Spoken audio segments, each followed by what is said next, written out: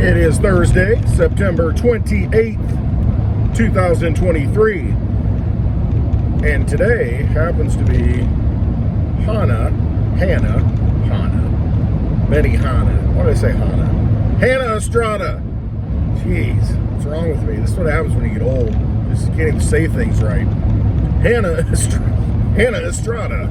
Carlos Estrada. You might know them as the CoinVigilantes. Ones that sell the watches, the Bitcoin, Litecoin watches that I don't have on right now. They're going to be in Las Vegas at the Silver Symposium, and that will be a cool event. I don't fly. I don't like to fly anymore. I did think about going to this. It's like that close. About 80%. The 20% ruled it out, though. Just too many obligations, too many things I got to do. It's just not good timing for me. But I know there are people going out there. I know Litecoin Lisa's going out there. I know Thorand is going to be out there. Litecoin Lisa's bringing her friend. Not even going to say her name. She might not want to be known, but go meet her.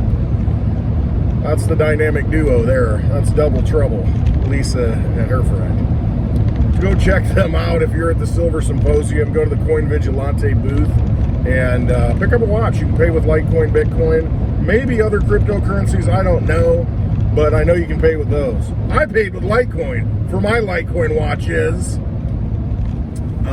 So yeah, go check them out. Silver Symposium should be pretty good. You got some pretty cool people there. G. Edward Griffin, the creature from Jekyll Island. The Economic Ninja is going to be there. There's a couple other people. There's some silver mining people there. The Silver Symposium, that's what it's all about. It's about silver. And as far as money, silver's the goal. Silver's the key. I mean, it really is. In the old system, that's what money is. It's constitutional money. So many grains of silver. So silver is like the ultimate form of money. I mean, gold and silver. Silver for the people, though. It's a very important thing, so it's an important thing to learn about. And if you're going to that Silver Symposium, I think you can still get tickets. They're like $89, I think. If you go to Litecoin Lisa's channel and check out her videos, I think she's got a referral link. You can you still pick up a ticket, just swing out to Las Vegas, man. That's the third squirrel. They're all over the place. So there's that. So yeah, shout out to Hannah. Happy birthday. Wonderful person. Go say hi to her and wish her a happy birthday if you're there at the CoinVigilante booth. All right. So I watched the debates last night. I couldn't watch the whole thing. I couldn't do it. So first of all, I watched Trump. Here's the thing. Why am I even watching these people? Because ultimately it comes down to we have to make decisions for ourselves. I have to make a decision for myself. Another squirrel just sitting there busting a nut. Squirrel trying to get a nut. So ultimately it comes down to how do they affect my life on a daily basis? Not a whole lot. Not a whole lot. I mean, yeah, they can be responsible for pushing it higher or lower taxes and doing this or that. As long as they're keeping us out of war, that's kind of a biggie for me. The other, you need to close the border. You need to control the border, I should say. That's not happening right now. And they're trying to get us into war. So I do have a problem with that.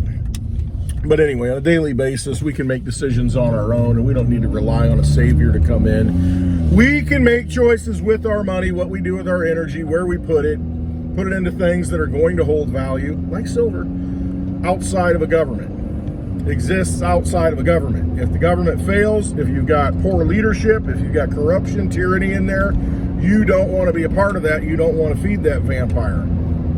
So you want to have your energy stored up into something that exists and persists outside of a government or outside of a government shutdown.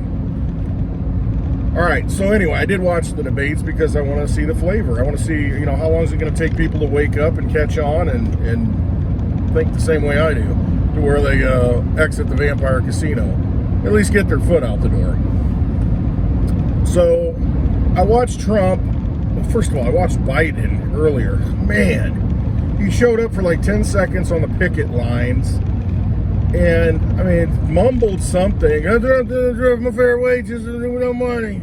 I'm like, wow, this guy. And then as he's walking along, he's like doing the little ginger fist bump to everybody and not even looking at him, just looking different directions, doing this. He looks like he's dancing, at 5 o'clock for the dance party in the nursing home at the cafeteria floor. I mean, the guy just, he's busting his moves, looking around.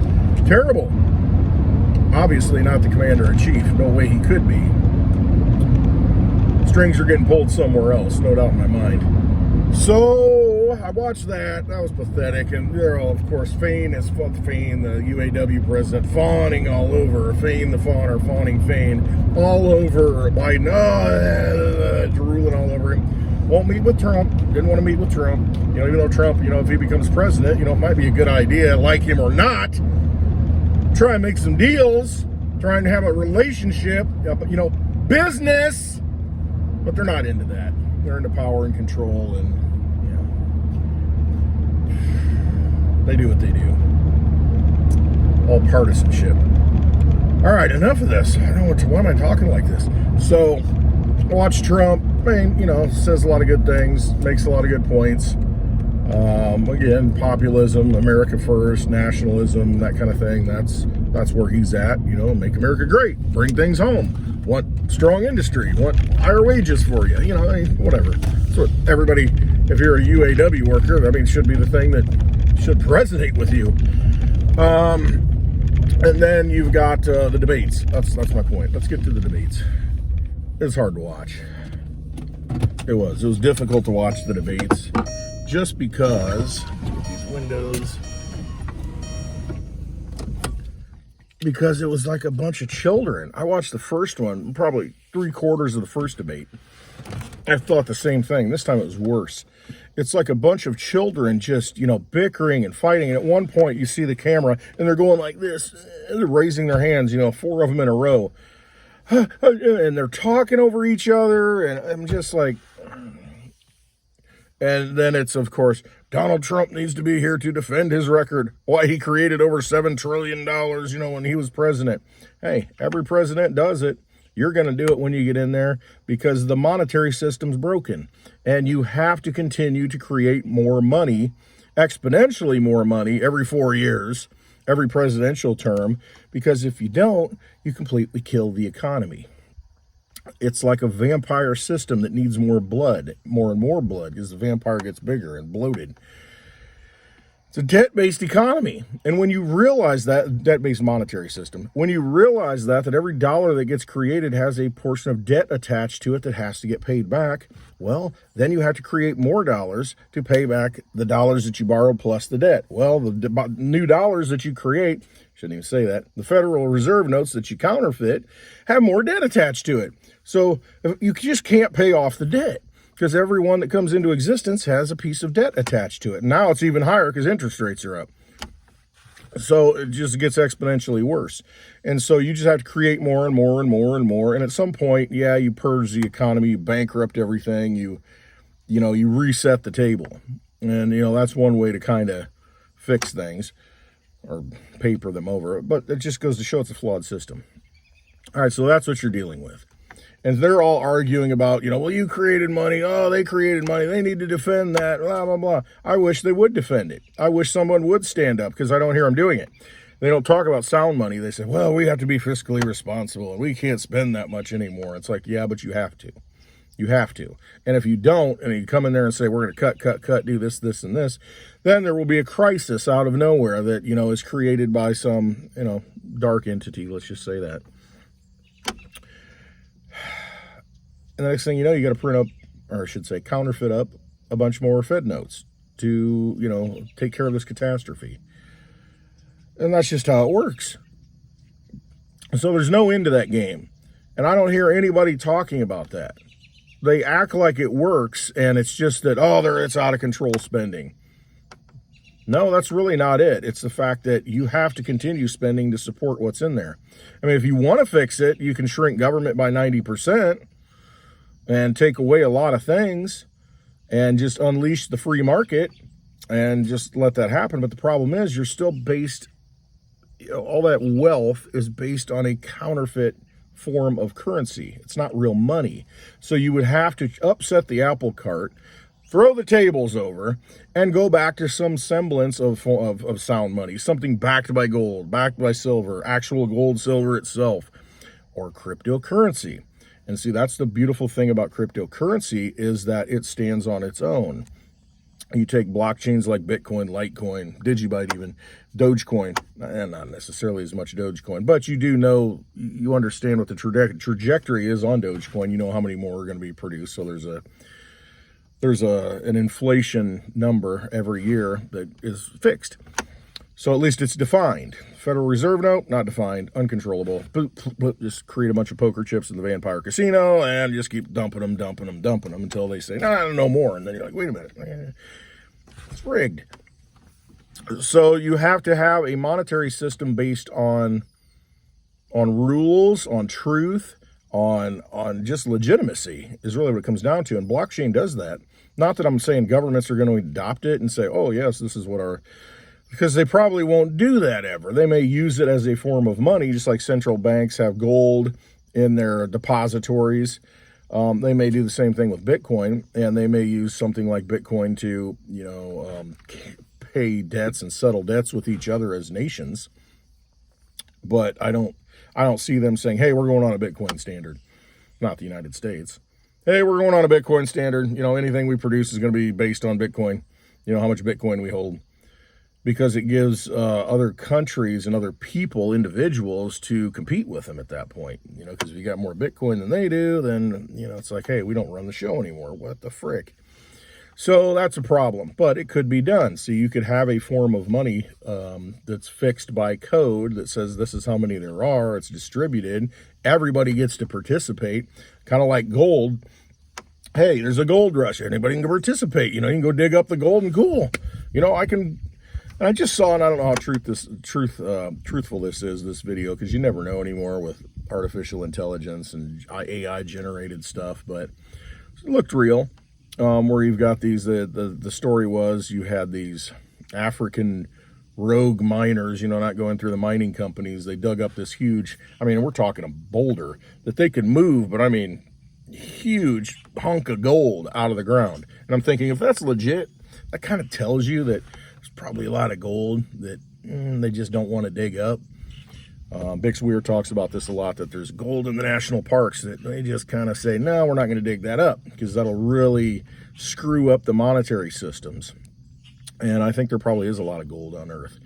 So given that, if you base your dollars on gold, you base your currency on gold, and then a bunch of gold gets found, what's that do to your currency? So, it's kind of an unknown. And so that's why I think blockchain, that math, that's all blockchain is. It's coded out, it's math, it's got the rules all defined. If you know what the rules are, you could create your own cryptocurrency. They want to do that with a CBDC. It's really not a cryptocurrency. What they should do is say, maybe create a cryptocurrency that has a fixed supply, fork it off of Bitcoin, fork it off of Litecoin, and say this is the US dollar cryptocurrency. The US, we're going to pre-mine, 1 million of them. Then there's 84 million of them. And, they put up the equipment, they start mining them, and then they open it up to everybody else. Hey, you guys can go out and mine it too. Maybe you do something like that, and that way the rules are defined. Hey, there's only going to be 84 million. We've got the first million. Kind of did that with Satoshi's. The Bitcoin kind of did that. They don't like to talk about it, though. But there's 1 million sitting out there that somebody controls, and nobody really knows who it is. It's Satoshi Nakamoto. What happens if that gets released, or somebody wants to move those or dump those on the market, or who knows? But you can do the same thing with government. I'm just wild speculating here. But ultimately, it comes down to nobody is trying to fix the problem or even enunciating the problem. They're not saying we have a flawed monetary system. They're saying, hey, I just want to be the crew boss in charge of it, or I want to be the CEO of the casino. The casino, yeah, I can fix it. It's fine the way we're doing business. I'll come in and fix it. They're not saying, hey, the casino's corrupt. We need to demolish it, like the Building 7, 9/11. We need to put some charges in there and boom, boom, boom, boom, boom, take it down because it doesn't exist, and we need to build back better. We need to do it the right way. We know how to do it. We have a constitution. So nobody's talking about that. Therefore, I really don't care who these candidates are. To me, it's all noise because nobody's talking about the root of the problem, and that is the flawed money. That's what's causing all these problems. They talk about the after effects. They're like pharmaceuticals. It's like, hey, you got this problem. Let's just mitigate the pain. Let's just make you feel a little bit better. Well, there's side effects to doing that. It doesn't matter. I feel good today. Well, I don't feel so good next week. Yeah, there's a side effect of that pill that fixed the other thing. Okay, well, give me this other pill. It'll cure that side effect. Pretty soon, it's just like, what are you doing?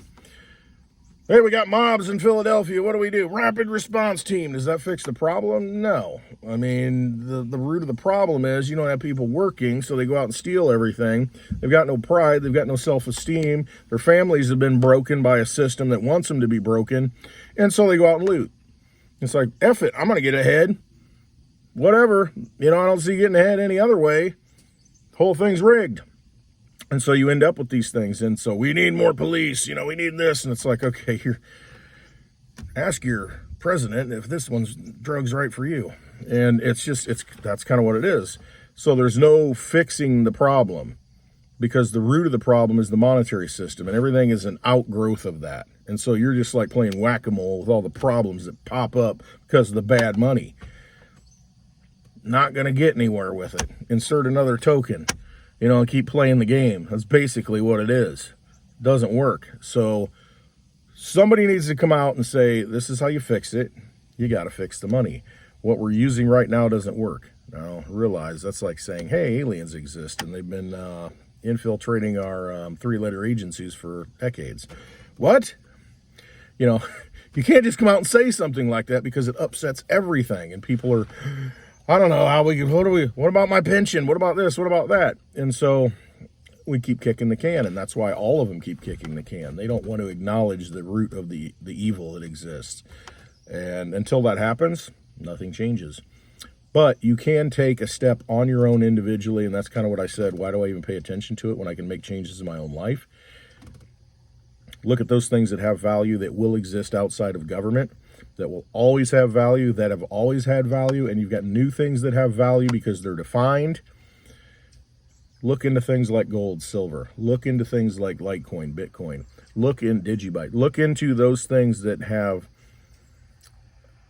intrinsic value. And I hate to use that word, but it has value because it exists on its own outside of government and holds value outside of government. So if the government collapses, the government shuts down indefinitely, have something in your possession that you can still use. Cryptocurrencies, the solid cryptocurrencies, and I'm going to talk about Litecoin, that runs on independent computers all over the world. They're all running the same code. They're volunteering into that system to validate transactions, and they've never failed to do that for almost 12 years. On October 13th of this year, be 12 years running nonstop. Pretty impressive when you got to reboot your machine all the time because it doesn't, doesn't work too well. Banks close. Litecoin never closes. Government might close. Litecoin never closes. And so you're able to send transactions and value all around the world if the government exists or not, because this is independent of a government. There's no central bank, no government in the way. It's a network of computers running this code, independent of all that, outside the vampire casino.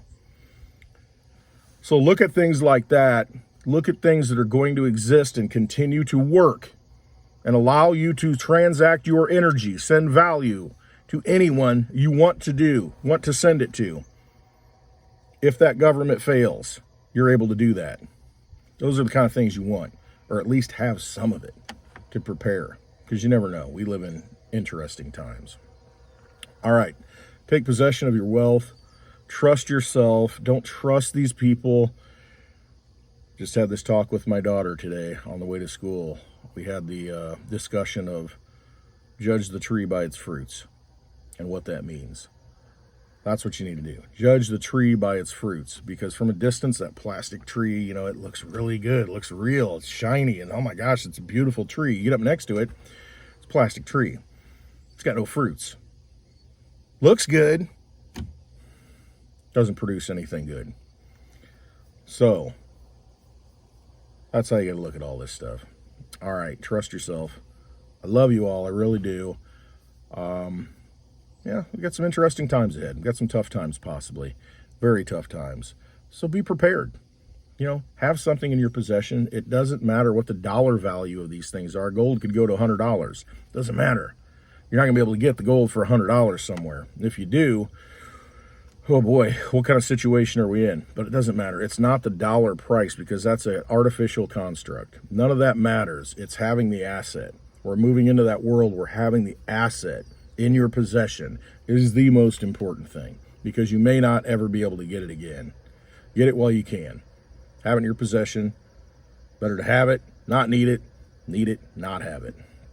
All right, love you all. Have a wonderful Thursday. I hope to see you on Hash It Out tonight, where we'll talk about all these things, many other things, on Blind Dave's YouTube channel. Come check us out, 4 o'clock Central Time. Blind Dave, I think I've got a link in the description below, his YouTube channel. Go check it out. Put the notification on, 4 p.m. Central Time. Let's hash it out. All right, have a wonderful Thursday. I love you all, and always trust yourself.